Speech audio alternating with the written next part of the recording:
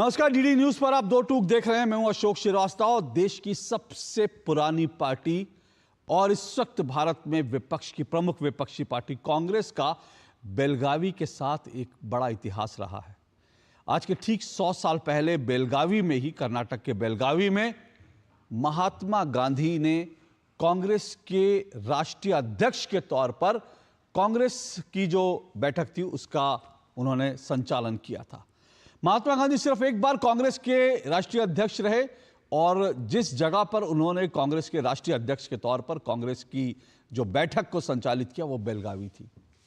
और ये तारीख भी अपने आप में बहुत ऐतिहासिक है। आज ही का दिन था, 26-27 दिसंबर को ये हुआ था बेलगावी में। इसको याद करने के लिए कांग्रेस ने और एक बार फिर से महात्मा गांधी की विरासत से खुद को जोड़ने के मकसद से आज 100 साल बाद कांग्रेस ने आज वहां पर अपनी बैठक का आयोजन किया। कांग्रेस के देश भर के प्रतिनिधि वहां पहुंचे। पूरे 2 दिन की ये बैठक है। इस बैठक में कांग्रेस ने कोशिश तो ये करनी थी, कांग्रेस की कोशिश तो ये थी कि कांग्रेस देश को ये दिखाए कि वो अभी भी महात्मा गांधी के पदचिन्हों पर चल रही है, वो गांधी की सच्ची उत्तराधिकारी है। और साथ साथ इस बेलगावी के समागम से कांग्रेस ने एक मैसेज और देने की कोशिश करनी थी। और वो कोशिश ये थी कि देखिए, हमारे अध्यक्ष जो है खड़गे जी, वो एक दलित है, ताकि दलितों के बीच कांग्रेस एक मैसेज दे सके। लेकिन हुआ कुछ उल्टा ही। दरअसल कर्नाटक में बेलगावी में कांग्रेस के अधिवेशन के जो पोस्टर लगाए गए, ध्यान से सुनिएगा, कांग्रेस के जो तमाम पोस्टर लगाए गए, बड़े बड़े पोस्टर लगाए गए, उसमें गांधी जी की तस्वीर थी। उसमें राहुल गांधी और सोनिया गांधी की तस्वीर है। सब तस्वीरें बड़ी चकाचक है, बहुत बढ़िया है, बहुत सुंदर है। लेकिन इन पोस्टर्स में भारत का जो नक्शा है, भारत का नक्शा, वो डिस्टॉर्ट करके भारत का नक्शा छापा गया। भारत का, विभाजित भारत का, यानी भारत के एक हिस्से को, कश्मीर को, भारत का हिस्सा दिखाया ही नहीं गया। कश्मीर में जो पाकिस्तान के कब्जे वाला, जिस पर पाकिस्तान ने अवैध रूप से कब्जा कर रखा है, इस नक्शे में, कांग्रेस के पोस्टर के नक्शे में, उस हिस्से को भारत से काट करके दिखाया गया। न सिर्फ पाकिस्तान के कब्जे वाले, बल्कि अक्साई चीन, जो चीन के कब्जे वाला है, उस हिस्से को भी भारत के नक्शे में नहीं दिखाया गया। और साथ साथ अरुणाचल प्रदेश को भी भारत के नक्शे से गायब कर दिया गया। अब इसको लेकर बीजेपी ने कांग्रेस पर बड़ा हमला बोला है। बीजेपी ने कहा कि ये जो राष्ट्रीय अधिवेशन हो रहा है उसमें कांग्रेस ने आखिर क्यों भारत का डिस्टॉर्टेड नक्शा जो है वो छापा। बीजेपी ने बड़ा हमला किया। बीजेपी ने कहा सब जॉर्ज सोरोस के इशारे पर हो रहा है, और जॉर्ज सोरोस की तरफ से जो संकेत मिल रहा है उसी के आधार पर कांग्रेस आज कश्मीर को भारत का हिस्सा नहीं दिखा रही। बीजेपी की तरफ से हमला हुआ तो कांग्रेस की तरफ से इस पोस्टर को ढक दिया गया। लेकिन क्या पोस्टर ढकने से विवाद खत्म हो जाएगा? क्योंकि बीजेपी हमलावर है और बीजेपी साफ तौर पर कह रही है कि यह कांग्रेस ने जानबूझकर किया। दो टूक में आज हम इसी पर सवाल उठाएंगे। आखिर कश्मीर को भारत से काट करके कांग्रेस क्या मैसेज देना चाहती है?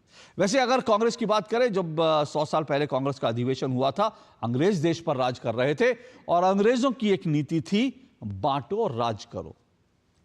लेकिन आज यह कहा जा रहा है कि कांग्रेस की नीति है काटो और राज करो। और कांग्रेस जो है, दरअसल ऐसा एक बहुत खतरनाक राजनीति के तहत, एक मुस्लिम अपीजमेंट के तहत और साथ साथ भारत विरोधी ताकतों को खुश करने के लिए, ताकि भारत पर फिर से शासन करने के लिए भारत विरोधी ताकतों का साथ मिले। मुस्लिम अपीजमेंट होगा तो मुसलमानों का वोट मिलेगा। और इस तरह से कांग्रेस दरअसल काटो और राज करो की नीति पर चल रही है।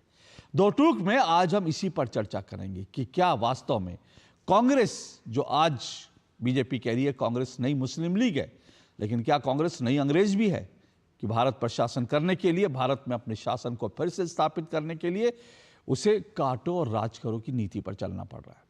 आज इसी पर चर्चा होगी। इससे पहले आगे बढ़ें इस विवाद को समझने के लिए, और इस नक्शे को भी आपको दिखाऊंगा। हालांकि मैं आपको साफ कह दूं, वो नक्शा हम मोज़ैक करके दिखा रहे हैं, क्योंकि हम नहीं चाहते कि भारत का कोई भी नक्शा, जो भारत का दरअसल जो विवादित नक्शा हो, भारत का डिस्टॉर्टेड नक्शा हो, हम उसको कम से कम अपने कार्यक्रम में नहीं चलाएंगे। इसलिए जो हम हिस्सा दिखा रहे हैं उसको हमने मोज़ैक कर दिया है।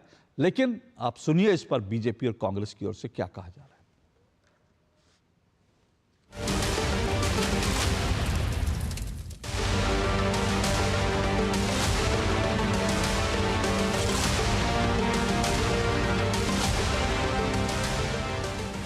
बेलगावी में कांग्रेस के द्वारा जो आयोजन किया जा रहा है उसमें बीजेपी कर्नाटक की तरफ से एक ट्वीट जारी होता है जिसमें भारत के नक्शे में पाक अधिकृत कश्मीर और अक्साई चिन्ह गायब दिखता है। आप लोग इसको जाके चेक कर सकते हैं ट्विटर पे। कई बार इन्होंने इससे पहले भी किया है कि आज जो आपने एक्स पर पोस्ट किया है और पिछले समय में जब ये ट्विटर था तो जो आपने ट्विटर पर ट्वीट किए थे उन सब में पिछले कई सालों से एक नहीं कई बार, इवन कांग्रेस की वुमेन्स विंग द्वारा भी एक बार ट्वीट किया गया था उस समय, उसमें भी यही स्थिति थी। लगातार भारत के अलग अलग हिस्सों को काट कर क्यों दिखाया जा रहा है? यह सिर्फ संयोग है या किसी व्यवस्थित भारत विरोधी प्रयोग का हिस्सा है? बीजेपी वाले मुद्दे भटकाते हैं, कोई दम नहीं है, झूठ बोलते हैं, असत्य बोलते हैं और इशू पे राजनीति नहीं कर रहे हैं। हम लोग राहुल गांधी कहते हैं कि हमारी लड़ाई जो है विचारधारा की लड़ाई है, हम उस पर चलते हैं। भारत जोड़ो नहीं, ये संविधान नहीं बल्कि संविधान विरोधी भारत तोड़ो मानसिकता के लोग हैं और उसका ही एक परिचय का आज सामने निकल कर आया है। भारत के अखंडता और एकता पर यह हमला है। CWC की एक्सटेंडेड मीटिंग हो रही है, उसको तोड़ने के लिए उसके ऊपर प्रोपेगेंडा फैलाने के लिए अमित मालविया आज ये प्रोपेगेंडा भरा ट्वीट करते हैं और गलत और झूठ फैलाने की कोशिश करते हैं। कश्मीर को लेकर कांग्रेस की सदा पॉलिसी यही रही है, उन्होंने कभी कश्मीर को भारत का अंग नहीं माना। पंडित नेहरू से लेकर राजीव गांधी से लेकर वो सोनिया गांधी से लेकर राहुल गांधी तक सबके सब की पॉलिसी कश्मीर को लेकर एक अलगाववादी पृथकवादी राज्य की रही है। और अभी हाल में वहाँ की असेंबली में रेजोल्यूशन पास हुआ जिसमें कांग्रेस ने समर्थन दिया, जिसमें कश्मीर में धारा 735 से लाने की वापस आने की बात है। तो कांग्रेस की तो सदैव पॉलिसी रही है कश्मीर को भारत से अलग देखा जाए और रखा जाए। कंट्रोवर्सी क्रिएट गया है बीजेपी आरएसएस वाले ने। इस सेलिब्रेशन को देख के इनको नींद नहीं आ रहा है, तो इसीलिए इन लोग ने देश का जनता को कहीं ना कहीं दिमाग घुमराने के लिए इनका जो व्हाट्सएप यूनिवर्सिटी है वो लोगों का काम है। आरोप किसने लगा रहा है? झूठ मलविया। तो ये वो इनका काम ही यही है। वो भारत को भारत मानते कहाँ हैं? हम पाकिस्तान को भारत का हिस्सा मानते हैं और वो भारत को भी पाकिस्तान का हिस्सा मानते हैं। अगर उनका वश चले तो पाकिस्तान ऑक्यूपाइड कश्मीर की बात छोड़ो, ये तो इस कश्मीर को भी पाकिस्तान को सौंप दें। I think they are just doing politics. They are always known to that. They keep doing something or the other, and they are waiting on to take on Congress. This is a great occasion to remember Mahatma Gandhi. Are they doing anything in that connection?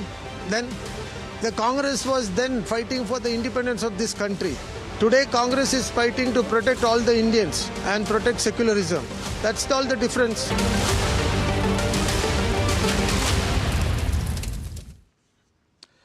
तो सुना आपने, कांग्रेस की तरफ से कहा जा रहा है कि बीजेपी व्हाट्सएप यूनिवर्सिटी का ज्ञान झाड़ रही है। ये कहा जा रहा है कि इतना बड़ा सम्मेलन कांग्रेस का हो रहा है, उससे ध्यान बटाने की साजिश है। ये तमाम चीज़ें कही जा रही हैं, लेकिन सवाल तो ये उठता है ना कि अगर सब कुछ चंगा था तो फिर कांग्रेस को वो पोस्टर को ढकना क्यों पड़ा? अगर व्हाट्सएप यूनिवर्सिटी से निकला था तो फिर कांग्रेस ने उस पोस्टर को ढका क्यों? और अब तो प्रमाण सामने है, उसकी तस्वीरें सामने हैं। ऐसे में इस झूठ को कैसे जो है वो हटाया जा सकता है? तो इसलिए सवाल यह है कि कांग्रेस या तो अपनी गलती माने, कहे कि हाँ भाई हमसे गलती हो गई और हमने गलती से ऐसा कर दिया था, और नहीं तो फिर इस तरह की बयानबाजी को, अगर गलती है तो गलती को स्वीकार करें। लेकिन कांग्रेस गलती भी नहीं स्वीकार कर रही, तो इसलिए सवाल तो उठेंगे। आज की डिबेट शुरू करते हैं। मेरे साथ आज जो है 5 मेहमान मेरे साथ आज जुड़ेंगे। फिलहाल मेरे साथ 3 मेहमान जुड़े हैं। मुझे परिचय करवा दूं। मेरे साथ आरपी सिंह जी जुड़े हैं, बीजेपी के राष्ट्रीय प्रवक्ता हैं आरपी सिंह जी। संदीप त्रिपाठी मेरे साथ जुड़े हैं, कांग्रेस के नेता हैं। और मेरे साथ स्टूडियो में दिव्यांश काला जुड़े हैं, जो लेखक हैं और रिसर्चर हैं। आप तीनों मेहमानों का बहुत बहुत शुक्रिया, स्वागत। आरपी सिंह जी, मैं आपसे शुरू करता हूँ। आरपी सिंह जी, सवाल है कि कांग्रेस तो कह रही है कि भाई ये जो है इसको अनावश्यक रूप से आप मुद्दा बना रहे हैं, व्हाट्सएप यूनिवर्सिटी का ज्ञान है, और आप लोग इस तरह से जो है कांग्रेस का इतना बड़ा अधिवेशन हो रहा है उससे ध्यान बटाने के लिए आप लोग जो है इस तरह की साजिश कर रहे हैं। नमस्ते अशोक जी, और मेरे जो पैनल पैनलिस्ट उनको भी नमस्कार, और आपके सारे व्यूअर्स को भी नमस्कार। अशोक जी, हम ध्यान बांट रहे हैं या वे एक एजेंडा चला रहे हैं? वो जो पीछे तस्वीर लगी है जिस पे उन्होंने पर्दा डाल दिया है, वो हमने तो नहीं लगाई ना, कांग्रेस पार्टी का अधिवेशन है, कांग्रेस पार्टी ने लगाई है। असल में क्या है कि ये भारत को भारत मानते नहीं।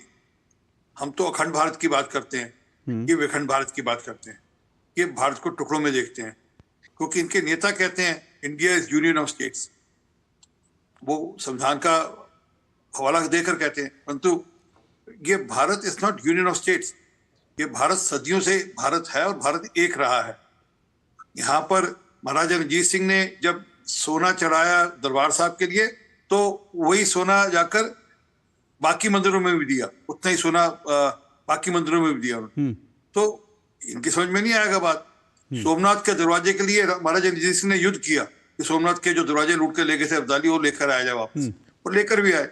तो इनके समझ में नहीं आएगी बात ये कोई भी, क्योंकि इनके लिए ये भी नहीं समझ में आएगा कि केरल के पंडे केदारनाथ जाकर पूजा करते हैं, वो इनके समझ में नहीं आएगा बात, क्योंकि इनके लिए भारत भारत नहीं है। इनके लिए Bharat is union of states, और ये एक एजेंडा चल रहा है, निरंतर एक एजेंडा चल रहा है। और कांग्रेस ने तो कश्मीर को कभी भी भारत का हिस्सा नहीं माना। ये आप किस आधार पर सर, ये आप किस आधार पर कहते हैं कांग्रेस ने कभी हिस्सा नहीं माना? मैं अभी दो चीजें बताऊंगा, दोनों अभी लेटेस्ट भी बताऊंगा और पुराना भी बताऊंगा। यूएन में जाकर कह देना कि वहां पर लोग तय करेंगे कि नेहरू जी सरकार, मतलब पटेल जी की मर्जी के खिलाफ जाकर यूएन में जाकर क्या है कि वहां पर मर्दमशुमारी, वहां पर ऐशमारी होनी चाहिए, वहां के लोग तय करें कि उन्होंने कश्मीर भारत का हिस्सा रहेगा नहीं रहेगा, जबकि भारत का हिस्सा हो चुका था कश्मीर तब तक। फिर अभी हाल में, ये तो मैं पुरानी बता दी आपको, ये मैं अभी हाल में इनके नेता हैं सैफुद्दीन सोज साहब, उनका एक प्रेस स्टेटमेंट पढ़ लीजिए। जब वहां की असेंबली ने पास किया कि हमें धारा 335 से वापस लानी है, तो उनके साथ खड़े थे, उन्होंने स्वागत किया, उन्होंने बेकायदा स्वागत कर कहा कि मैं तो इस स्टेटमेंट का स्वागत करता हूं। और कांग्रेस पार्टी, एनसी और पीडीपी और जितने लोकल दल सबके सब, एक्सेप्ट बीजेपी, सबके सब एक प्लेटफॉर्म पे थे। ओके। और उन्होंने इसका स्वागत भी किया। तो वो तब से लेकर अब तक एक ही बात चली आ रही है। नहीं तो इतने अच्छे अच्छे मौके मिले थे, हम कश्मीर का पूर्णतः विलय कर लेते। 1971 का एक मौका था, हम शिमला पर, जब शिमला की बातचीत हुई उस समय हम टेबल पर सब कुछ हार गए, जबकि हमारे पास उनके 90,000 से अधिक सैनिक हमारे पास सरेंडर किए हुए हमारे पास खड़े थे, हमारे पास थे, भारत के पास थे। लगातार, क्योंकि कहीं ना कहीं ये मन में रहा, ये तो मोदी जी ने आकर कश्मीर का रास्ता अलग देखा और ये तय किया कि कश्मीर का पूर्णतः विलय होना जरूरी है, इसलिए धारा 335 से हटाई। ओके। और एक सेकंड और जिस दिन हटाई उसके अगले दिन स्टेटमेंट क्या आता है राहुल गांधी का कि कश्मीर में कत्लो गैरत हो रही है, कश्मीर में एकदम हालत खराब है। और एग्जैक्टली वही वर्ड इमरान खान ने यूएन में जाकर कोट किया कि राहुल गांधी कह रहा है कि वहां पर कत्लो गैरत हो रही है, कश्मीर में हालत खराब है। क्या कि इनकी मंशा नहीं है कि भारत को एक साथ देखने की, इनके मन में ही नहीं है। और यही कारण है जब वो यूनियन ऑफ स्टेट कहते हैं तो खालिस्तानी लीडर अमृतपाल भी कहता है कि राहुल गांधी कहते हैं Bharat is union of state, तो हम तो मानते हैं कि यूनियन ऑफ स्टेट, और जो स्टेट को अधिकार है कि अपना भविष्य खुद तय करे, पंजाब को अधिकार होना चाहिए, हम खालिस्तान चाहते नहीं चाहते, हमको अधिकार मिलना चाहिए। तो ये पूरी की पूरी जो थ्योरी है, ये पूरा जो कंसेप्ट है, ये विदेश का कंसेप्ट है, ये अंग्रेजों का कंसेप्ट था और ये अब सोरस का कंसेप्ट है। ठीक है, चाहते हैं कि ओके, आप इसको जॉर्ज सोरस से भी जोड़ रहे हैं। बीजेपी कह रही है पूरे जॉर्ज सोरस के उससे एजेंडा आया है कि भाई कश्मीर को भारत का हिस्सा नहीं दिखाना। और इस बीच मेरे साथ दो लोग मेहमान और जुड़ चुके हैं। मेरे साथ ऋषि शंकर मिश्रा जुड़ चुके हैं, वरिष्ठ पत्रकार है, राजनीतिक विश्लेषक है, और मेरे साथ एडवोकेट हामिद भट्ट जुड़ गए हैं, अध्यक्ष हैं Kashmir lawyers guild bar association के। आप दोनों का भी बहुत बहुत शुक्रिया। और संदीप त्रिपाठी जी, सवाल ये है कि ये बीजेपी के आरोप, चलो एक बार रख देते हैं बगल में, आप हम उस पर चलो चर्चा करेंगे। बीजेपी एक आरोप लगा रही है, उन सब तो एक बार उनको जो है उस पर चर्चा हो सकती है। लेकिन सवाल यह है कि नक्शा तो लगा ना, गलत नक्शा तो कांग्रेस के पोस्टर्स में आया, तो फिर इसको ये कहना व्हाट्सएप यूनिवर्सिटी, इसको ये कहना कि ये तो झूठ फैला रहे हैं, ये कर रहे हैं, वो कर रहे हैं। अगर झूठ फैला रहे होते व्हाट्सएप यूनिवर्सिटी का होता तो कांग्रेस उस पोस्टर को ढकती क्यों? आपने तो ढक दिया उस पोस्टर को, तुरंत ढकना पड़ा जैसे बीजेपी हमला हो रही। तो गलती हुई है तो मानिए कि गलती हुई है। अशोक जी, एक आग्रह है कि जैसे आपने आरपी सिंह जी को सुना, कृपया बात आने दीजिएगा। अभी भारतीय जनता पार्टी के एक झूठ फैक्ट्री के मालिक अमित मालवीय जी ने एक ट्वीट किया। किसी भी न्यूज एजेंसी ने इस तरीके की कोई खबर उनके ट्वीट के पहले कवर नहीं की, पहली चीज। दूसरी चीज, इवन आपका भी चैनल। दूसरी चीज, अभी बात हो रही है कि आप जो है किसी एक चौराहे पर एक होर्डिंग लगी है और उस आधार पर इस तरीके की बातें कर रहे हो, तो हम बिल्कुल एकदम स्पष्ट कर देना चाहते हैं कि वो पार्टी के तरफ से बिल्कुल वो होर्डिंग नहीं लगी है। वो कुछ शरारती तत्व हो सकता है कि भारतीय जनता पार्टी के ही लोग इस तरीके के होर्डिंग लगाकर और ट्वीट कर रहे हो। इवन मैं फिर कह रहा हूं, आपके ही चैनल पर मैंने कहा कि हम उस पर एफआईआर कराएंगे और मुकदमा भी लिखाएंगे। और जैसे अभी आपने कहा कि हम इसको बिल्कुल नहीं दिखाएंगे, तो हम नहीं चाहते थे कि हमारे भारत का इस तरीके का नक्शा वहां लोग देखें, इसलिए हमने उसको ढकवा दिया। तीसरी चीज, अभी हरदीप जी ने कहा कि हमारी जो है ऐसी नीतियां रही हैं जो है ये राज्यों का समूह नहीं है, ये रियासतों से बना हुआ देश है। आप भूल जाते हैं कि सरदार पटेल जी ने किसका एकीकरण किया था। आप सरदार पटेल जी को लौह पुरुष क्यों कहते हो? उसी एकीकरण के लिए कहते हो। और आप उनके ही उस जो है जो कार्य को नकार देना चाहते हो और फिर सरदार पटेल जी की इतनी बड़ी मूर्ति भी लगवाओगे। ये दोहरापन क्यों? चौथी चीज, अभी आप कह रहे हो जो है पूरी आरपी जी से एक सवाल छोटा सा कि आरपी जी ये बताइए, बलूचिस्तान में जनमत होना चाहिए या नहीं? हम तो ये मांग करते हैं कि वहां पर जनमत होना चाहिए, वहां के लोग हमारे साथ आएंगे। आपका और आपकी पार्टी की क्या राय है, जरूर बताइएगा। नहीं, और अभी आपने कहा मतलब एक मिनट त्रिपाठी जी, आप कह रहे हैं कश्मीर में नहीं, बलूचिस्तान नहीं, सुनिए, मैं कश्मीर नहीं, कश्मीर में जनमत होना चाहिए। मैंने जो कहा कश्मीर में जनमत होना चाहिए क्या? नहीं, बिल्कुल नहीं होना चाहिए। तो फिर बलूचिस्तान की बात क्यों कर रहे हैं आप? बलूचिस्तान की बात इसलिए कह रहा हूं कि हमारा अंग है और वो ये जनमत की बात नहीं, तो उसमें उसमें आपका हमारा अंग बलूचिस्तान है, तो उसके लिए आपको जनमत कराने की जरूरत नहीं है। जनमत क्यों कराएंगे आप? नहीं, इसलिए जनमत क्यों करवाना है? हाँ, मैं बता रहा हूं तो जी, पांचवा। और बलूचिस्तान, सुनिए, बलूचिस्तान, त्रिपाठी जी, बलूचिस्तान भारत का हिस्सा नहीं, भारत कभी नहीं कहता। भारत बलूचिस्तान को नहीं कहता कि बलूचिस्तान एक अलग राष्ट्र है। बलूचिस्तान एक अलग राष्ट्र है। बलूच लोग एक अलग राष्ट्र के लिए मांग कर रहे हैं। वो कह रहे हैं कि हम पाकिस्तान का हिस्सा नहीं थे, हम पर अवैध रूप से पाकिस्तान है। तो बलूचिस्तान को भारत में मिलाने की बात तो भारत भी नहीं कर रहा, ना बलूच कर रहे हैं। बलूच जो अपनी आजादी की बात कर रहे हैं, वो पाकिस्तान से आजादी की बात कर रहे हैं। आप मिक्स कर रहे हैं। अशोक, नहीं, मिक्स नहीं कर रहा हूं। सरमल शेख का क्या विवाद रहा है वो बताने की जरूरत नहीं है। अरे आप देख लीजिए सर, बलूचिस्तान पर आप गलत लाइन ले रहे हैं, इसलिए मैंने आपको ठीक करा। नहीं, वो बात दूसरी जगह चली जाएगी। तो आप अभी भी मान रहे हैं बलूचिस्तान भारत का हिस्सा है? वैसे तो पूरा पाकिस्तान भारत का हिस्सा है। वो भारत, वो तो उसमें कोई दायरा नहीं। बिल्कुल मैं सहमत हूँ, बिल्कुल मैं सहमत हूँ आपकी बात से। बात जो पांचवा पॉइंट में रखना चाह रहा था, पुरी जी ने कहा कि हमारे पास बहुत सारे। सर एक मिनट, सर एक मिनट, आप नाम गलत ले रहे हैं। अरे आप नाम आरपी सिंह जी। आरपी, हाँ, आरपी जी ने कहा कि जो है भारत का जो है अंग, भारत को बहुत बार मौका मिला, भारत ने उसका फायदा नहीं उठाया। हम सिर्फ इतना चाहते हैं, कांग्रेस के आप मौके की बात करते हो, 10 साल ये और 6 साल आपकी और सरकार। आपने कौन सा ऐसा मौका बनाया कि इस तरीके की जो है आप बार्गेनिंग कर सके? आप चाहते हो आप चलाओगे समझौता एक्सप्रेस, मोदी जी जाएंगे बिरयानी खाने और आप हमसे सवाल करोगे कि मौका था, क्या किया भैया आपने? आप क्यों मौका नहीं बनाते इस तरीके का? ओके त्रिपाठी जी, दो चीजें आपने, मैं फैक्ट के साथ एक चीजें रखता हूं, उसके बाद मैं आगे बढ़ूंगा। आपने कहा कि बीजेपी के ट्वीट से पहले किसी ने मुद्दा नहीं उठाया था, ठीक है ना? तो जब तक कांग्रेस ने भी बाबा साहब भीमराव अंबेडकर के ऊपर अमित शाह जी का भाषण खत्म होने के कई घंटों के बाद जब कांग्रेस नींद से जागी और उसको लगा एजेंडा बनाएगी, तब तक मीडिया ने मुद्दा नहीं उठाया था, क्योंकि मुद्दा जो है मीडिया तभी उठाता है जब मीडिया की नज़र में आता है, या तो मीडिया डायरेक्ट रिपोर्ट करता है या फिर पॉलिटिकल पार्टियां जब कोई मुद्दा उठाती है तो मीडिया उसको उठाता है। और उसमें कोई गलत नहीं है। अगर कांग्रेस ने कहा और कांग्रेस को भी उस समय मीडिया ने पूरी कवरेज दी, तो कांग्रेस व्हाट्सएप यूनिवर्सिटी की बात नहीं कर रही थी। आज अगर बीजेपी कह रही है व्हाट्सएप यूनिवर्सिटी, लेकिन आपने एक बड़ा दिलचस्प, मतलब मुझे लगता है दिलचस्प क्या, उसके ऊपर हंसा ही जा सकता है। आपने कहा किसी शरारती तत्व ने करा दिया होगा एफआईआर करवाए, तो अभी तो हो गए ना, 12 घंटे हो गए। मुझे बताइए किसने एफआईआर करवाई। लेकिन वो एफआईआर नहीं होगी, आज मैं लिख कर दे रहा हूं, वो एफआईआर नहीं होगी, आज नहीं होगी, अगले 100 दिन तक या अगले कभी भी एफआईआर नहीं होगी, कांग्रेस की तरफ से एफआईआर नहीं होगी, आज मैं लिख कर दे रहा हूं। लेकिन अब आपकी दिलचस्प बात बताऊं, आपने कहा कि भाई ऐसा हो जाता है किसी शरारती तत्व ने, तो सर जी मुझे ये बताइए, ये शरारती तत्व कांग्रेस में कितने हैं? कितने कांग्रेस में शरारती तत्व हैं? ये तो आज मुझे बताना चाहिए आपको। कर्नाटक कांग्रेस का मेरे हाथ में ये ट्वीट है, और ये ट्वीट है नवंबर 7, 2024, 7 नवंबर 2024 कर्नाटक कांग्रेस का।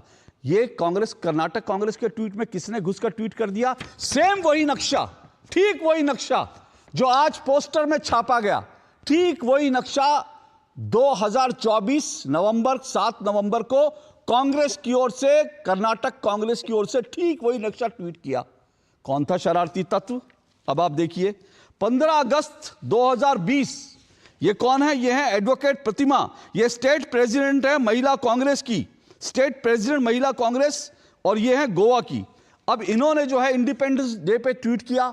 ये क्या किया इन्होंने? इसको नक्शे को प्लीज इस तरह से मत दिखाइए, नहीं, नक्शे को इतना क्लोज मत दिखाइए, नक्शे को इतना क्लोज मत दिखाइए। मुझे शर्मिंदगी है कि कांग्रेस की ओर से इस पर हमको चर्चा करनी पड़ती है।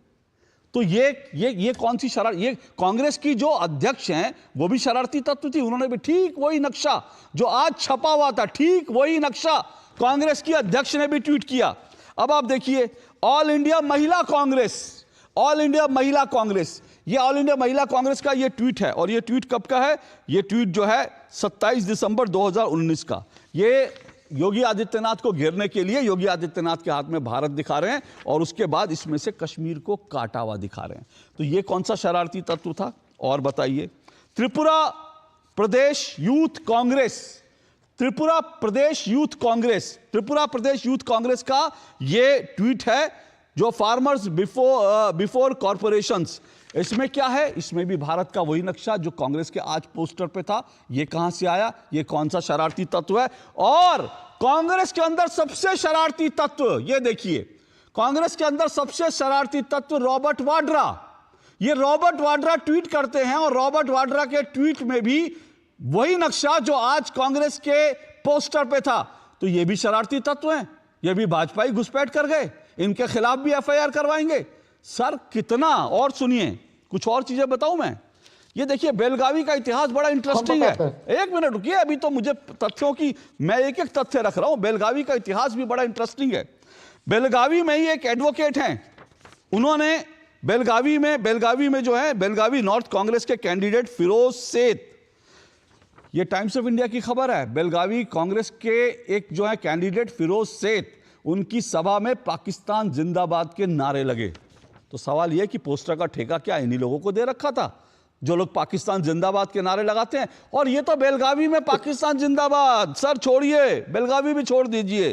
कर्नाटक की असेंबली में कांग्रेस के एक राज्यसभा कैंडिडेट जीत जाते हैं, तो कर्नाटक कांग्रेस की असेंबली में नारे लगते हैं पाकिस्तान जिंदाबाद के।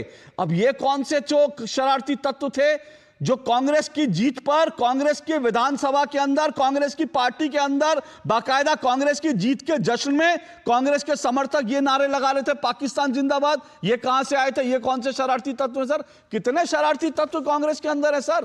पूरी कांग्रेस ही शरारती तत्वों से भरी पड़ी है सर। किस किस का पाप छुपाएंगे? बोलिए।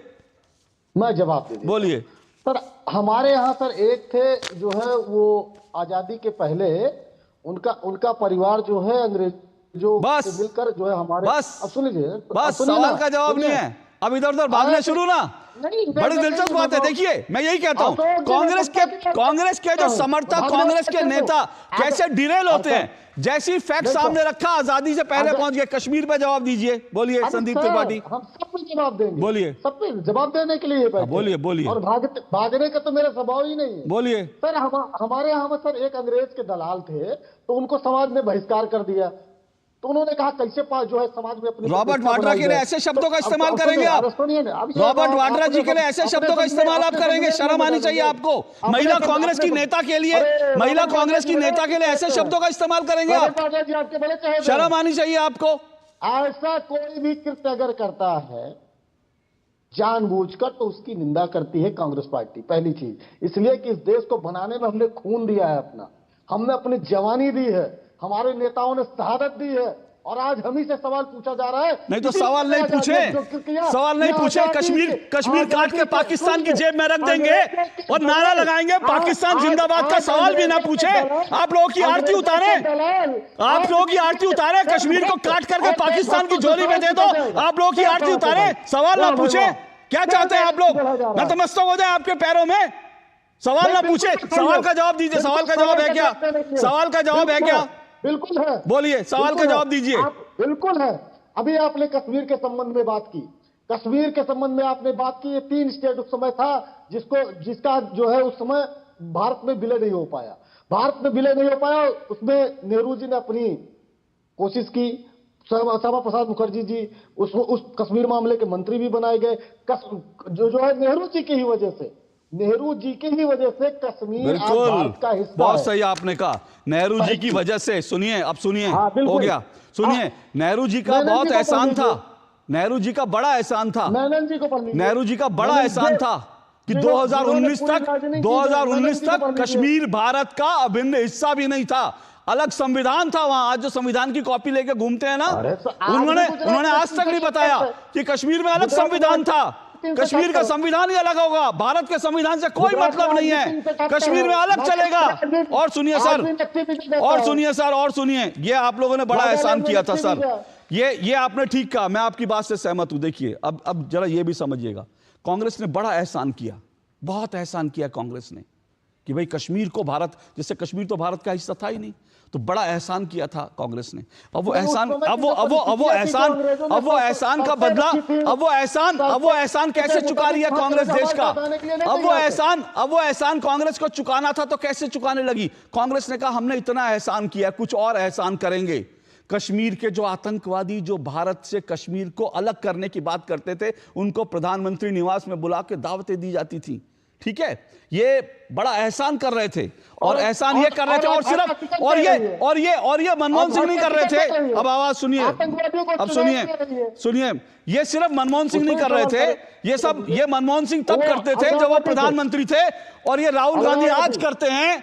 वो इल्हान उमर जो जाती है पीओके में, जाती है, कहती है ये तो पाकिस्तान का हिस्सा है, राहुल गांधी जाते हैं तो उससे मिलते हैं। और सुनेंगे कांग्रेस का एहसान, कांग्रेस का बड़ा एहसान हुआ। कांग्रेस ने अपने इस एहसान की कीमत चुकाने के लिए कहा कि सियाचिन पाकिस्तान को दे दो। ये मैं आपको रिपोर्ट दिखा रहा हूं संदीप, भौय चढ़ गई, आपने सुना नहीं होगा क्योंकि थोड़ा रिसर्च करके आया करिए। ये खबर आपको बता रहा हूं, ये खबर जो है यूपीए की सरकार थी, 2011 में बाकायदा सियाचिन पाकिस्तान को देने की तैयारी कर ली गई थी कि वहां से भारतीय सेना उतरे और पाकिस्तान को, और ये भारत के पूर्व सेना अध्यक्ष ने खुलासा किया कि बाकायदा कांग्रेस की सरकार ने तय कर लिया था कि सियाचिन पाकिस्तान को सौंप दिया जाए। वो सियाचिन जो भारत का हिस्सा है, जिसके कारण भारत जो है एक टॉप पोजीशन पर है, जिसके कारण भारत न सिर्फ पाकिस्तान बल्कि कश्मीर पर भी कंट्रोल रखता है, उसको कांग्रेस की सरकार ने पाकिस्तान को देने की तैयारी कर ली थी। लेकिन वो तो भला उस सेना के अधिकारियों ने फुट डाउन किया, कहा कि बिल्कुल आप ऐसा नहीं कर सकते, भारत के हितों के खिलाफ है, भारत की सुरक्षा जरूरतों के विरुद्ध में है, और ऐसा अगर आप करेंगे तो भारत की सुरक्षा खतरे में पड़ जाएगी। सेना ने रोक लिया, वरना पाकिस्तान ने तो पूरी तरह से तैयारी कर ली थी सियाचिन जो है पाकिस्तान को सौंपने की। ये आप लोगों ने देश पे एहसान किया, इस एहसान के लिए मुझे लगता है देश को आप लोगों का एहसानमंद रहना चाहिए। ऋषि शंकर मिश्रा, मैं आपसे जानना चाहता हूं, ये विवाद क्या ये एक बार नहीं हो रहा सर? अगर एक बार होता है तो समझ में आता है, बहुत बार होता है, कि भाई किसी की गलती हो जाती है, कोई मैनुअल मिस्टेक होती है, इसमें कोई दो राय नहीं। किसी से भी हो सकती है, मेरे से हो सकती है, आपसे हो सकती है, ये बड़ा स्वाभाविक सी बात है। लेकिन मैं आपको दिखा रहा हूं, एक नहीं, कांग्रेस के सभी हैंडल्स, कांग्रेस के सभी नेता बार बार एक ही नक्शा ट्वीट करते हैं, जिसमें कश्मीर भारत का हिस्सा नहीं है, जिसमें सियाचिन भारत का जिसमें जो है अक्साई चिन्ह भारत का हिस्सा नहीं है। ये आवाज किसकी है भाई? जरा बंद कर दीजिए अपना वीडियो बंद करिए। आवाज आ रही है? नहीं तो मेरी पैनल से और अनुरोध है, जिससे मैं सवाल पूछूं, बाकी सबकी आवाज बंद कर दीजिए। किसकी आवाज आ रही है भाई? तो ऋषि शंकर मिश्रा, मेरा सवाल यह है कि ऐसा कोई ये कौन सा प्रयोग है, संयोग है, क्या है ये?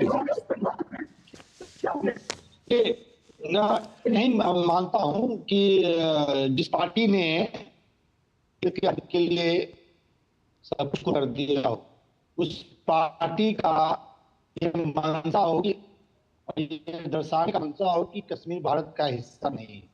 शायद ही कोई हिंदुस्तानी ऐसा सपना भी देख सकता है। भारत कश्मीर भारत का तथा है और रहेगा, और कोई भी ताकत हिंदुस्तान से इसको अलग नहीं कर सकता है।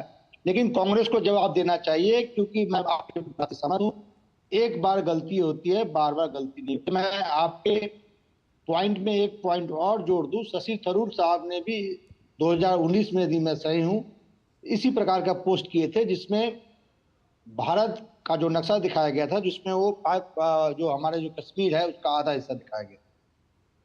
लेकिन सवाल वर्तमान सरकार से भी है, यदि पाक ऑक्युपाइड कश्मीर हमारा है, अक्साई चिन्ह हमारा है, तो ये चाइना जो है, चाइना और पाकिस्तान मिलकर वहां पे इकोनॉमिकल कॉरिडोर बना रहा है, करीब 86 बिलियन डॉलर का इन्वेस्टमेंट हो रहा है। हमारी सरकार क्या कर रही है?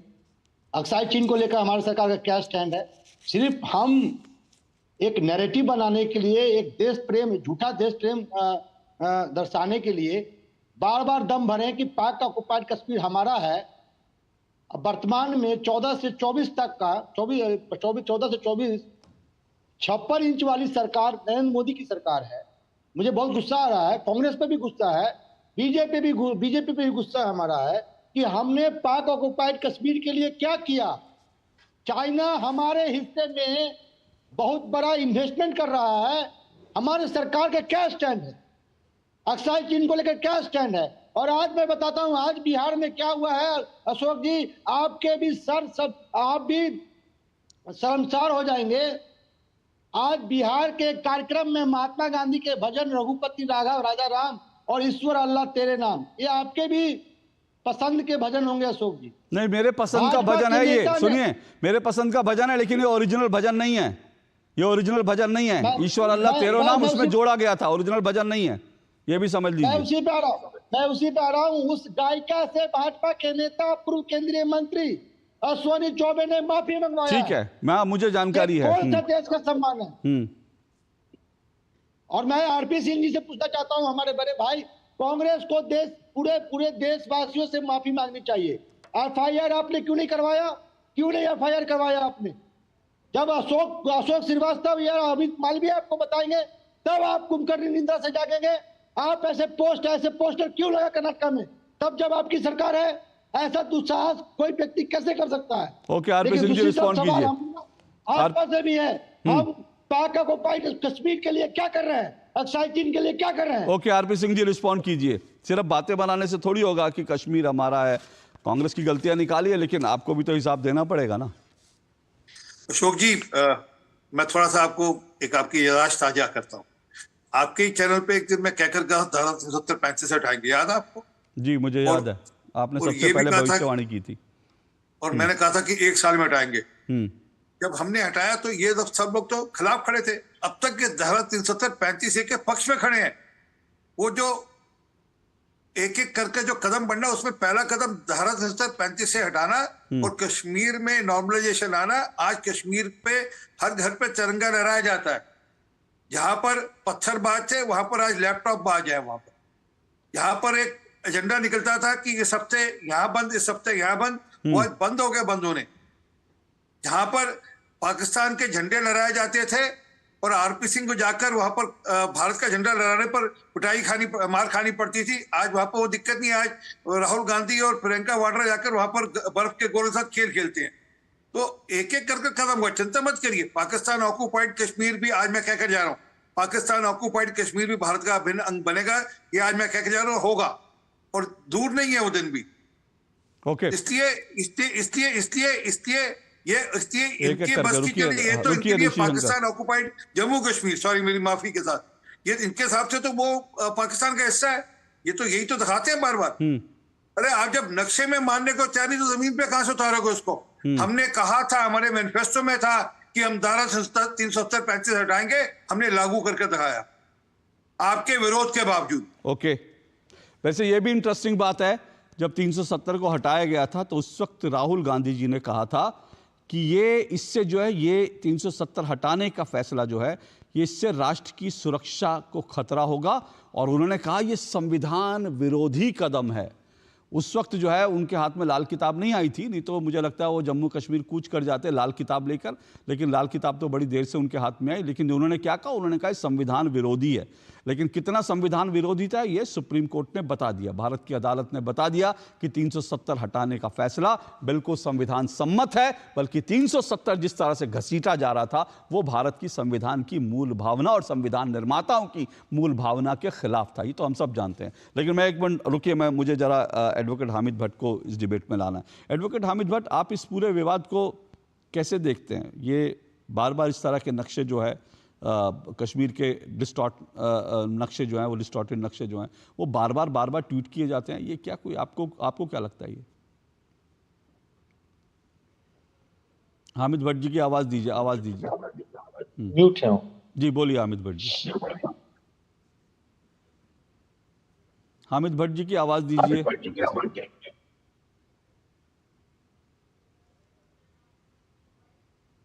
Mute. Am I audible, Ashok ji? हाँ, बोलिए हामिद भट्ट जी।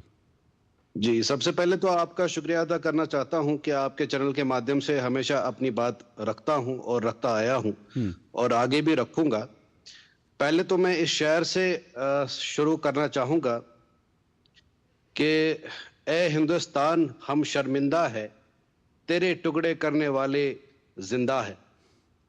इस हिंदुस्तान के टुकड़े टुकड़े करने वाले आपके इस पैनल डिस्कशन में मौजूद है, चाहे वो ये कांग्रेस हो या चाहे कोई भी पार्टी हो।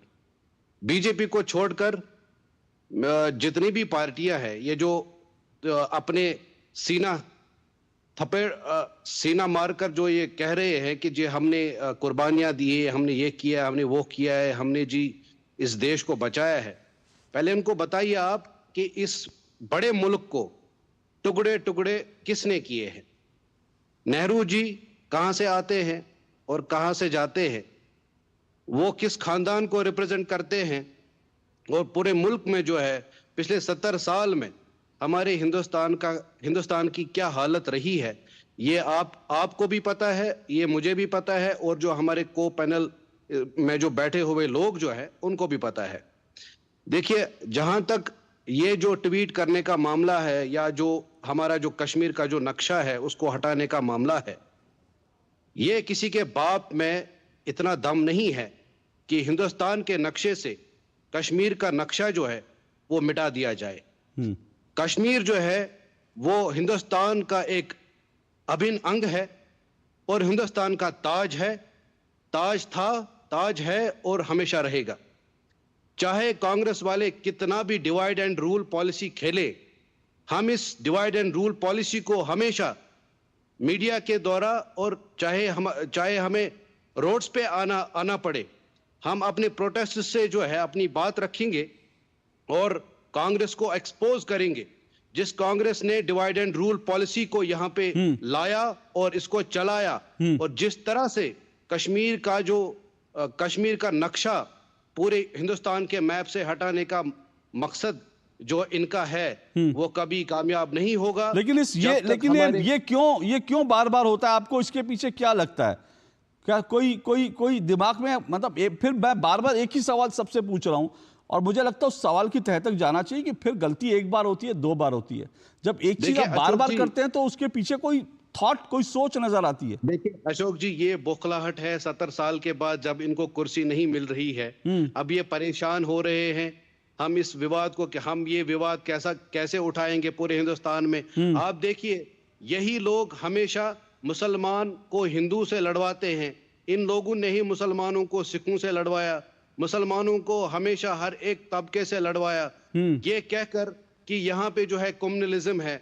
यहाँ पे जब इनकी सरकार रही, इनसे आप पूछिए, जब इनकी सरकारें रही हैं, इन्होंने तब सेकुलरिज्म को बढ़ावा दिया, ये कहकर कि यासीन मलिक और जो है या कोई भी अलगावाद कश्मीर का, जिसको ये पनाह देते थे, जिसको ये अपॉइंटमेंट देते थे, जो इनसे हाथ में हाथ मिलाकर बातें करता था, फोटो खिंचवाता था, ये वो लोग हैं। और रही बात, मैं बीजेपी के ऊपर भी एक आज बात जो है वो करना चाहता हूं। जल्दी से मुझे ब्रेक लेना है। जेएनयू में बैठे जो लोग थे, जो टुकड़े गैंग के जो लोग थे, उसमें एक रिसेंटली एक लड़की जो है जिसका नाम शाहिला रशीद है, जो टुकड़े गैंग की एक सरकर्दा लीडर थी, उसको हमारी गवर्नमेंट ने, हमारे लेफ्टिनेंट गवर्नर की सदारत में उसको अपॉइंटमेंट हुआ है, उसका एज एन असिस्टेंट प्रोफेसर यहाँ पे। तो कहीं ना कहीं बीजेपी जो है एंटी नेशनल एलिमेंट्स को बढ़ावा दे रही है, इनको हीरो बना रही है कश्मीर के अंदर। ठीक है, हम इनको कहते हैं, बीजेपी वालों से भी हम कहते हैं। ठीक है, ये सवाल मैं सवाल मैं पूछूंगा, मुझे तुरंत एक ब्रेक लेना है। इनसे आप बाज आ जाइए। एक मिनट, मुझे एक छोटा सा ब्रेक लेना है। मैं ब्रेक के बाद आता हूं और बीजेपी से भी सवाल होगा, लेकिन सवाल यह है कि मैं फिर ये जानना बड़ा जरूरी है कि कांग्रेस ऐसा क्यों कर रही है बार बार। इसको समझना तो जरूरी है, क्योंकि आज की डिबेट का मूल क्रक्स तो यही है। इस ब्रेक के बाद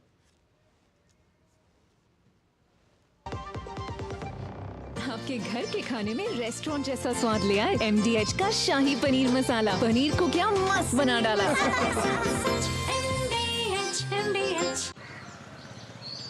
वाह, जब पशु आहार लेते हो 150 बचा ही लेते हो ना। कोई कमाल नहीं करते हो, उसकी बयात को खतरे में डालते हो, यही करते हो।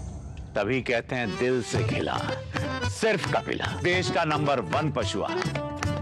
एक ऐसा तबका जो रिटायरमेंट के बारे में आज भी बिल्कुल नहीं सोचता, वो है औरतें कमा के भी वल्नरेबल हैं। सो एनपीएस एक इक्वालिटी ला रहा है, हम सब एक बराबर प्लेटफॉर्म पे हैं। अपने बेहतर कल को सुनिश्चित करने के लिए एनपीएस जरूरी है। जब धरती चीर कर निकलता है लोहे का पत्थर और मिलता है मोंगिया के जोश से, फिर तपता है, पिघलता है और बनता है फौलाद। अब होता है सरिया सारी खूबियों के साथ। मोंगिया स्टील, मजबूत देश का मजबूत सरिया। गोल्डी मसाले के 100 ग्राम के स्पेशल पैक्स में फ्रेशनेस लॉक है। ऐसे गोल्डी मसाले जहां जाएं रिश्ते बनाएं। दो टुक आप देख रहे हैं, दो टुक में हम चर्चा कर रहे हैं कि काटो और राज करो। क्या कांग्रेस इस नीति पर चल रही है? अंग्रेजों की नीति थी बांटो और राज करो, लेकिन कांग्रेस भारत के कुछ हिस्से जो है बार बार कांग्रेस के नेता भारत के कुछ हिस्से, खासकर कश्मीर, अरुणाचल प्रदेश जैसे हिस्से जो हैं, वो नक्शे से काट कर दिखाती है। क्यों काट कर दिखाती है? और एक बार नहीं होता, 2 बार नहीं होता। कांग्रेस के बेलगावी अधिवेशन में एक बार फिर जो है विवादित नक्शा जो है पोस्टर पर चिपक गया, विवाद हुआ तो उसको ढक दिया गया। लेकिन सवाल यह कि आप बार एक नक्शा, एक ऐसा नक्शा जो भारत का जो है विभाजित नक्शा है, उसको आप क्यों प्रमोट कर रहे हैं? क्यों आपके नेता बार प्रमोट करें? सवाल पूछा जाना चाहिए। इसी पे हम चर्चा कर रहे हैं। मेरे साथ जो है 5 मेहमान जुड़े हुए हैं। आरपी सिंह जी बीजेपी से, संदीप तिवारी जी कांग्रेस के नेता हैं, ऋषि शंकर मिश्रा राजनीतिक विश्लेषक हैं, एडवोकेट हामिद भट्ट हैं कश्मीर से, और दिव्यांश काला हैं जो है लेखक है। दिव्यांश काला, बार मैं इस सवाल के मूल में मुझे जाना है, भाई कोई तो मंशा होगी ना बार बार इस तरह के नक्शे। अरुणाचल प्रदेश का तो समझ में आता है, अरुणाचल प्रदेश का जो काट कर कांग्रेस दिखाती है उसके पीछे एक मंशा साफ तौर पे समझ में आती है। उसके पीछे क्या कांग्रेस का पाकिस्तान के साथ जो है, चीन के साथ जो करार है 2008 में, जो राहुल और सोनिया जी ने किया। क्योंकि जब राहुल गांधी की भारत जोड़ो यात्रा नॉर्थ ईस्ट में जाती है लेकिन अरुणाचल प्रदेश में नहीं जाती है, यह भी बड़ा इंटरेस्टिंग फैक्ट है। अरुणाचल प्रदेश को स्किप करते हुए नीचे से निकल जाती है चुपके से वो यात्रा। तो अरुणाचल प्रदेश में आप क्यों नहीं जाते? क्योंकि चीन कहेगा नहीं अरुणाचल प्रदेश हमारा हिस्सा है, तो वो तो समझ में आता है। लेकिन पाकिस्तान के हिस्से वाला कश्मीर क्यों? अशोक जी, आज के समय कांग्रेस अगर देखा जाए तो अल्ट्रा लेफ्ट और एंटी इंडिया एलिमेंट्स का एक घर बन चुकी है। मैं उसका बहुत दूर नहीं जाऊंगा, पिछले 1-2 साल की कांग्रेसी गतिविधियों को आप फैक्ट चेक कर लेते हैं। अभी हाल ही में NHR national human rights commission, राष्ट्रीय मानवाधिकार आयोग का गठन हुआ। ये हम सबको पता है कि दोनों सदनों के नेता प्रतिपक्ष भी उसका अंग होते हैं, और सौभाग्य से शायद कांग्रेस को ये मौका मिला था कि वो कुछ ऐसे लोगों का नाम देती जो वास्तव में भारत के पक्ष में थे। मैं बहुत, क्योंकि समय के देखते हुए मैं बहुत संक्षेप में बताता हूं। 2 नाम कांग्रेस ने दिए, एक जस्टिस रोहिंटन नरीमन। ये जस्टिस नरीमन है कौन? 6 दिसंबर 2024 को एक सभा में जस्टिस नरीमन बोल रहे हैं, पब्लिक फील्ड में बोल रहे हैं, पब्लिक डोमेन में। जस्टिस नरीमन कह रहे हैं कि राम मंदिर का फैसला तो टायरनी ऑफ जस्टिस है, यानी कि न्याय का मखौल बनाना है, जिसको भारत के सुप्रीम कोर्ट ने जिस फैसले को पारित किया उसको आप टायरनी ऑफ जस्टिस। और राम मंदिर की मांग करने वालों को क्या कहते हैं? डिक्टेटर। और वो कहते हैं डिक्टेटर और टायरेंट। डिक्टेटर का शाब्दिक अर्थ देखे तो तानाशाह, और टायरेंट का देखे तो अत्याचारी। ये जस्टिस नरीमन का नाम उन्होंने उस आयोग के लिए रिकमेंड किया। और एक दूसरा नाम उन्होंने किया जस्टिस मैथ्यू जोसेफ। ये जस्टिस मैथ्यू जोसेफ कौन है? पिछले साल 2023 में इनके साथ एक बड़ा विवाद जुड़ा। एक सुनवाई के दौरान उसमें सॉलिसिटर जनरल भारत के तुषार मेहता उसमें खड़े हुए मंच पे थे, कोर्ट के भीतर थे। तुषार मेहता के आर्गुमेंट को काउंटर करते हुए, और आर्गुमेंट ये था, जो बहस उस कोर्ट में चल रही थी वो बहस इस पर केंद्रित थी कि एक डीएमके के किसी नेता ने वहां पर विरोध का हिंदुओं, ब्राह्मण और हिंदुओं के जेनोसाइड की बात की, नरसंहार की बात की। ये मुद्दा जब वहां सॉलिसिटर जनरल भारत के तुषार मेहता ने उठाया, आपको जानकर हैरानी होगी, जस्टिस मैथ्यू जोसेफ ने हंस दिए, और बड़ा एक इसका पूरे देश भर में रिब्यूटल हुआ।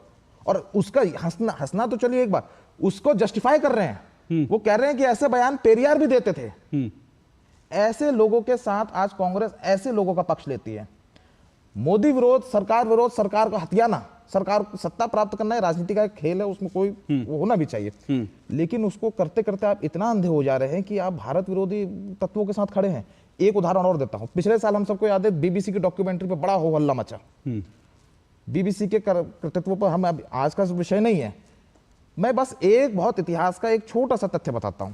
जिस बीबीसी के साथ कांग्रेस खड़ी हुई है वही बीबीसी है जिसने जून 1984 में एक खालिस्तानी आतंकवादी जगजीत सिंह चौहान का इंटरव्यू चलाया। और जगजीत सिंह चौहान उसमें इंदिरा गांधी और उनके परिवार की हत्या की बात कह रहे हैं। हत्या की बात, आप समझ रहे हैं? ये कांग्रेस पार्टी आज उसके साथ खड़ी है। पिछले साल राहुल गांधी के भी, आपने इल्हाम उमर का हमने नाम लिया। राहुल गांधी की अमेरिका में सभा कराने वाले पिछले साल कौन लोग थे? मैं उनमें से केवल 3 का एक फैक्ट चेक लगाता हूं। एक तंजीम अंसारी, जो कि वहां के अमीर outreach committee of Muslim community America की उसके सदस्य हैं।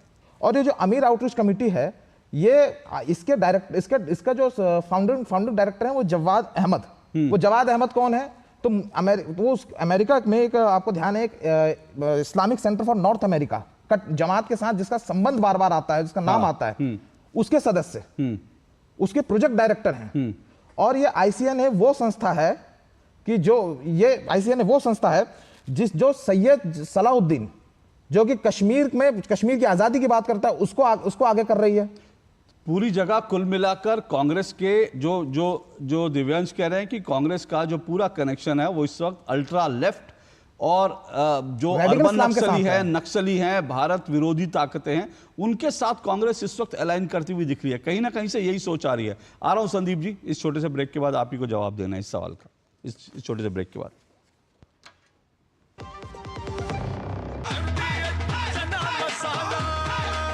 अब छोलिया हो या लोबिया, सफेद चने या काले चने, सब कुछ मजेदार बने। क्या बात है, बहुत ठीक लग रहा है।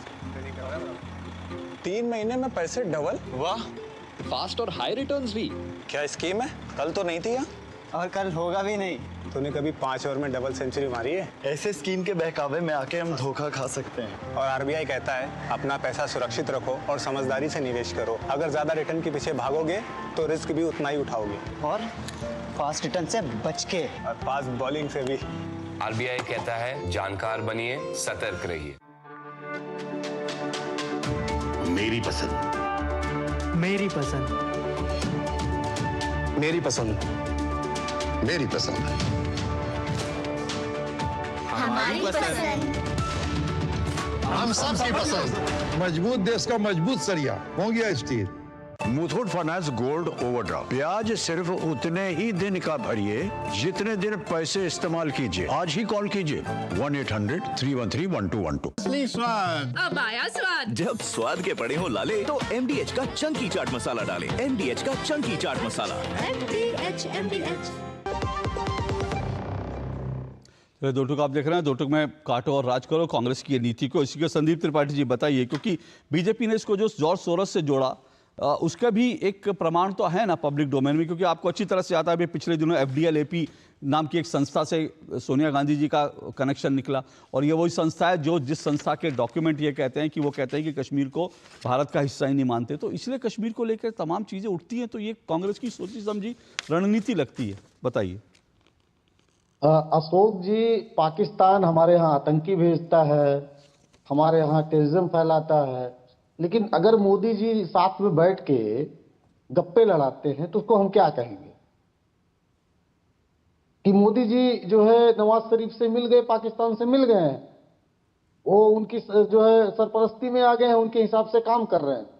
मुझे नहीं लगता कि ऐसा होता होगा, पहली चीज। दूसरी चीज, अभी बात आई कि कांग्रेस लेफ्ट की तरफ ज्यादा जा रही है। नहीं, कांग्रेस हरदम सेंटर में रही है ना। हम दक्षिणपंथी रहे हैं ना वामपंथी रहे हैं, हम सेंटर में हरदम चले। और हमारी विचारधारा वही है जो पहले थी। हम वामपंथी के खिलाफ पहले लड़े हैं। आपका तो जनता ने पहले नकार दिया था। ये तो आप नाम बदल के आज आपको कुछ स्वीकारता जनता मिल गई, आप सत्ता में आ गए। आप तब भी लड़े थे, तब भी आपको जनता ने पूर्णतः नकार दिया था। वामपंथियों को तो फिर भी समर्थन मिला था, दूसरे नंबर किस देश में पार्टी थी। और तीसरी चीज, अभी हमारे कश्मीर के एक साथी जो भी थे, उन्होंने एक घोर आपत्तिजनक बात कही। किसी की हत्या और जिंदा होने पर उन्होंने सवाल खड़ा किया। तो ऐसे एलिमेंट की विचारधारा भारतीय जनता पार्टी से मिलती है, और ऐसे ही आतंकी विचारधारा के लोग भारतीय जनता पार्टी सर सुनिए, मेरे पास एक मिनट मेरे पास समय बिल्कुल नहीं है। मेरे पास समय बिल्कुल नहीं है। एक बहुत इंपॉर्टेंट खबर की तरफ मुझे जाना है। मुझे एक बहुत इंपॉर्टेंट खबर की तरफ जाना है। मेरे पास समय बिल्कुल नहीं है, लेकिन मैं फिर से याद दिला रहा हूं, ये FDPL-AP के बारे में आपने कुछ नहीं बताया, और सारी जो जड़ है, अब रुकिए, ये जो पूरी की पूरी जड़ है ना, ये यही है कि कांग्रेस क्या सोरोस के इशारे पर नाच रही है। क्योंकि सोरोस की संस्था भी यही कहती है कि कश्मीर भारत का हिस्सा नहीं है, कश्मीर को भारत से अलग कर दो, और कांग्रेस के तमाम लोग लक्ष्य दिखाते हैं। और मैं बार बार आपसे कहता हूं, आज मैं एक और चीज पब्लिक डोमेन में रख रहा हूं, और वो ये रख रहा हूं कि ये जो तमाम संस्थाएं जो जॉर्ज सोरोस की पोषित संस्थाएं हैं, वो तमाम संस्थाएं ठीक वही नक्शे छापती हैं जो कांग्रेस की तरफ से ट्वीट किए जाते हैं। और आपको नक्शा दिखा रहा हूं, और ये वही ऑर्गेनाइजेशंस हैं जो भारत को लेकर झूठी खबरें, झूठे इंडेक्स जारी करती हैं। ये देखिए, ये हंगर इंडेक्स वाली संस्था है, और हंगर इंडेक्स वाली संस्था ने ठीक वही नक्शा छापा है जो कांग्रेस के पोस्टर में था। तो ये सारा कांग्रेस और जॉर्ज सोरोस का कनेक्शन क्या है, इसको समझना जरूरी है। ये हंगर इंडेक्स की मैंने वेबसाइट से लिया है, जिसमें कश्मीर का वही नक्शा है जो कांग्रेस ने बेलगावी में लगाया। और ये नक्शा ये मैंने रिपोर्टर्स विदाउट बॉर्डर कहता है कि भारत में मीडिया ऑर्गेनाइजेशन ठीक से काम नहीं कर पा रही है, भारत में मीडिया की स्वतंत्रता नहीं है, यह भी ऑर्गेनाइजेशन ठीक वही नक्शा छापता है जो कांग्रेस के लोग ट्वीट करते हैं। और यह नक्शा है जिसमें भारत को बताया गया कि भारत में डेमोक्रेसी नहीं है, भारत की डेमोक्रेसी इंडेक्स को, और इसकी वेबसाइट पे भी भारत का ठीक वही नक्शा है जो कांग्रेस के लोग ट्वीट करते हैं। तो सवाल तो उठेगा, ये आखिर कौन सा सिस्टम है, कौन सा इकोसिस्टम है, कौन सा ये टूल किट है जो सब मिलकर भारत के खिलाफ कश्मीर को भारत से काट करके ट्वीट करते हैं, और उसमें कांग्रेस भी शामिल है। दुर्भाग्य की बात यह है। चलिए, मेरे पास समय इतना ही है, लेकिन मैं जल्दी से आपको बता दूं, इस वक्त जो बड़ी खबर आ रही है वो ये है कि पूर्व प्रधानमंत्री मनमोहन सिंह जी की तबीयत खराब है, उन्हें एम्स में भर्ती कराया गया है, और एम्स के इमरजेंसी वार्ड में मनमोहन सिंह जी को भर्ती कराया गया। उनकी तबीयत जो है अचानक बिगड़ गई है, और पूर्व प्रधानमंत्री मनमोहन सिंह इस वक्त एम्स में भर्ती हैं। मैं तुरंत चल रहा हूं हमारे संवाददाता नितेंद्र सिंह के पास इसके बारे में और अपडेट लेने के लिए। मनमोहन सिंह एम्स में भर्ती हैं। नितेंद्र, क्या खबर है, किस तरह की जानकारी आपको मिली अब तक? नितेंद्र, रात 8 बजे पूर्व प्रधानमंत्री डॉक्टर मनमोहन सिंह को एम्स इमरजेंसी में लाया गया और उनको यहाँ पर भर्ती कराया गया है, और उनके पूरे परिवार यहाँ पर है और काफ़ी सीरियस बताया जा रहा है। डॉक्टरों की टीम उनकी अभी मॉनिटरिंग कर रही है, इलाज कर रही है, एम्स के डायरेक्टर सहित तमाम बड़े अधिकारी और बड़े डॉक्टर यहाँ पर है। डॉक्टर नीतीश नायक जो उनके पर्सनल कार्डियोलॉजिस्ट है, वो उनके नेतृत्व में डॉक्टरों की टीम उनको बचाने की कोशिश कर रही है, उनको देख रही है। और अब से थोड़ी देर पहले प्रियंका गांधी भी, कांग्रेस की सांसद प्रियंका गांधी भी पहुंची है और भारी सुरक्षा व्यवस्था की बंदोबस्त की गई है। निश्चित तौर पे काफी सीरियस गंभीर रूप से उनको यहाँ पर जब उनकी तबीयत खराब हुई तो एम्स इमरजेंसी में लाया गया है। डॉक्टरों की टीम अभी उनको कोशिश कर रही है कि किसी तरीके से उनको एक तरह से बेहतर किया जाए। अभी ऑफिशियल एक तरह से स्टेटमेंट का इंतजार है एम्स की तरफ से, लेकिन निश्चित तौर पे ठीक हमारे बाएं एम्स इमरजेंसी में पूर्व प्रधानमंत्री डॉक्टर मनमोहन सिंह भर्ती। नितेंद्र आप कह रहे हैं अभी ऑफिशियली जो है उनकी सेहत को लेकर कोई बुलेटिन जारी नहीं किया गया। उनको तकलीफ क्या थी जो इमरजेंसी वार्ड में उनको अचानक से ले जाया गया? देखिए अशोक, चूंकि 92 साल की उम्र है उनकी, तो उम्र से संबंधित उनकी बीमारी बहुत सारी है और कुछ दिन पहले भी उनको एम्स में भर्ती कराया गया था और 3-4 दिनों बाद संक्रमण के बाद उनको अस्पताल में एम्स में इलाज के बाद उनकी छुट्टी मिली थी। तो निश्चित तौर पे अभी आधिकारिक तौर पे पता नहीं चल पाया है कि कौन सी उनसे उनकी प्रॉब्लम थी जिसकी वजह से उनको भर्ती कराया गया है। हम लोग इंतजार कर रहे हैं ऑफिशियल स्टेटमेंट का एम्स की तरफ से, लेकिन जैसा कि हमें मालूम है कि जो डॉक्टर नीतीश नायक है, जो कार्डियोलॉजिस्ट है, उनके निजी कार्डियोलॉजिस्ट हैं, के डॉक्टर हैं, उनके नेतृत्व में डॉक्टर टीम उनका इलाज कर रही है। तो निश्चित तौर पे हार्ट का इशू जरूर हमें समझ में आ रहा है और संक्रमण भी हो सकता है क्योंकि 92 साल की उम्र है, अधिक उम्र है, जिसके वजह से और ठंड का मौसम है, आप जानते हैं, ऐसे में संक्रमण और हार्ट की स्थिति बनती है। लेकिन हम अभी भी कहेंगे कि ऑफिशियल जब तक आधिकारिक रूप से एम्स की तरफ से नहीं बताया जाएगा, हमें इंतजार करना पड़ेगा। जी, आपने जैसे बताया 92 वर्ष के हैं, उम्र का तकाजा भी होता है, उम्र एक उनकी है, लेकिन साथ साथ उनकी ओपन हार्ट सर्जरी भी हो चुकी है, वो दिल के मरीज भी रह चुके हैं, ये भी जानकारी उनके बारे में है। जी नितिन। निश्चित तौर पर देखिए अशोक, हम जानते हैं कि ओपन हार्ट सर्जरी के बाद उनकी रीड्यू बाईपास सर्जरी भी हुई थी जब वो प्रधानमंत्री थे।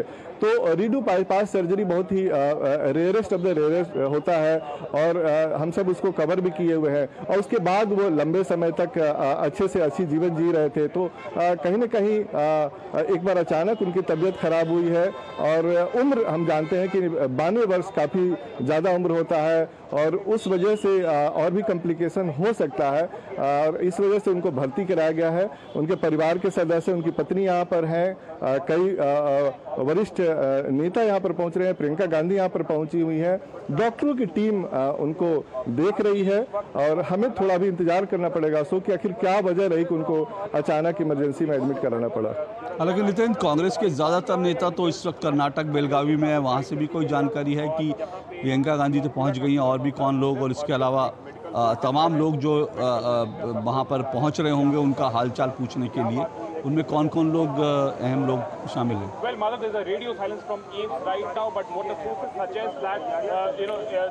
निश्चित तौर पर देखिए अशोक, पुलिस की भी भारी बंदोबस्त की गई है। आप देखिए कि काफी संख्या में पुलिस के बड़े अधिकारी यहाँ पर आए हुए हैं और निश्चित तौर पर वीआईपी मूवमेंट भी यहाँ पे देखने को मिल रहा है। तो अभी अब से थोड़ी देर बाद हो सकता है कि और भी कोई वरिष्ठ नेता यहाँ पर पहुंचे, उसके बाद ही पता चल पाएगा कि आखिर क्या वजह रही, क्योंकि निश्चित तौर पर ये एक गंभीर मामला है। हम इस वजह से देखें कि जिस तरीके से उनको पिछले करीब 1.5-2 घंटे से इमरजेंसी में रखा गया है, तो निश्चित तौर पर कोई गंभीर उनकी समस्या होगी, चाहे वो दिल से रिलेटेड हो या बाकी चीज़ों से रिलेटेड हो, उसको लेकर के डॉक्टर लगातार उनको बेहतर करने की कोशिश कर रहे हैं। जी, और कोई संकेत दिया गया है कि एम्स की तरफ से कि उनकी कोई बुलेटिन जारी हो या वो एम्स की तरफ से कोई संकेत कि कब तक उनके बारे में जानकारी जो है मीडिया तक मिलेगी, मीडिया को दी जाएगी? देखिए एम्स की तरफ से अभी आधिकारिक रूप से नहीं दिया गया क्योंकि मैं देख पा रहा हूँ क्योंकि जो ऑफिशियल अपडेट है अभी तक आया नहीं है। मेरी प्यारों से बात हुई थी, उन्होंने ये कहा था कि जरूर आप थोड़ा इंतजार करिए। सब लोग वहीं पर हैं, डायरेक्टर भी हैं, तमाम बड़े जो डॉक्टर है वो अभी इमरजेंसी में ही हैं। तो अभी आधिकारिक रूप से कुछ भी कह पाना बहुत मुश्किल है क्योंकि हमें अभी कोई भी अपडेट नहीं मिल पाया है।